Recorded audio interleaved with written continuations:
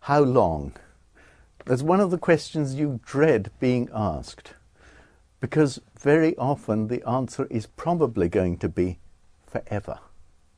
But actually forever is too long for me to contemplate. So what I tend to say is, if treatment was simple and efficacious and there weren't any problems in it, then you should stay on medicines until you have been well for 5 years, and then you should review the situation. If, on the other hand, treatment has not been simple and straightforward and there have been relapses and whatnot, then I think you should remain on medicine for 10 years of being well and then review the situation. And that gives them some sort of boundary to work towards. The trouble is that I remember one man who had had an acute psychotic episode. He had been very well for the last 8 years. He was only on Fentazine 2 milligrams per day, absolutely minuscule dose. Doc, surely I don't need to continue taking this. And I agreed with him. I thought he didn't. 6 weeks on, he was back in hospital. And the trouble is, of course, it's people like that who stick in your mind. The people who have had an episode, who have been treated, who have got well, who have stopped medication and gone away, we are not seeing. Medicines are the start only. They're very important, but they make the rest of the treatment, which is equally important, possible. One needs to consider the psychological treatment and the psychological damage that having an illness like schizophrenia causes. First of all, there's the confidence.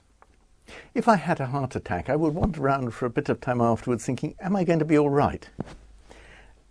This is much more so with any sort of mental illness, because if I had a heart attack, if I have a broken leg, the essential me is all right. But in mental illness, the essential person is not all right.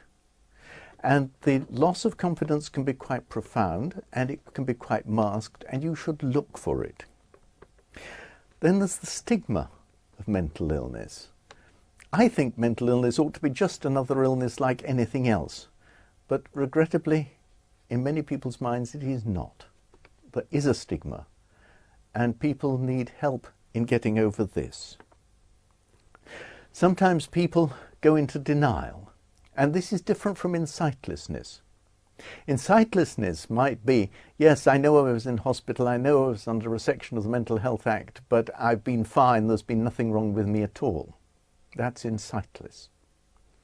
Denial is, yes, I know I was ill, I know I was in hospital, but I'm all right now and it's gone away and it'll never come back again. That's denial. These are vital years. 15 to 25 years sees the onset of 3/4 of the people with schizophrenia.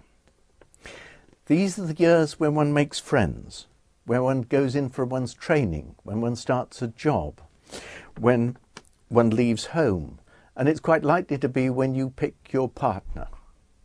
So damage to the personality, delayed maturation happens at this stage and can be difficult. Sometimes people regress and will act a good deal younger than their years suggest. So people need a gradual rehabilitation over quite a long time.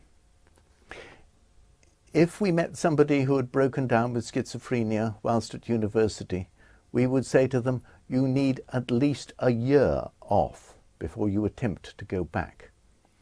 After all, being at university, learning things is the most difficult thing you can do with your brain. And therefore, if your brain is not working properly, it's the hardest thing to go back to. It's like getting somebody to go back to dig ditches if they got a bad back. So they would need at least a year. And for many months, we would encourage them to do a do-anything job. So they should fill shelves at Tesco's, be a petrol pump attendant, get some sort of work which was way below their intellectual capability, so that wasn't stressed.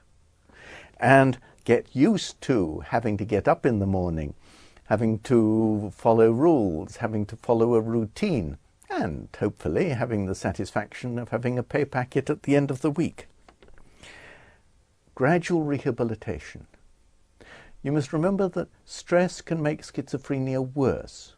Stress does not cause schizophrenia, but given that the person has it, it can make it worse. So the last thing you want to see them do is to try and jump in at the deep end. It needs to be gradual, and you need to recognize the psychological difficulties that they will have in the recovery.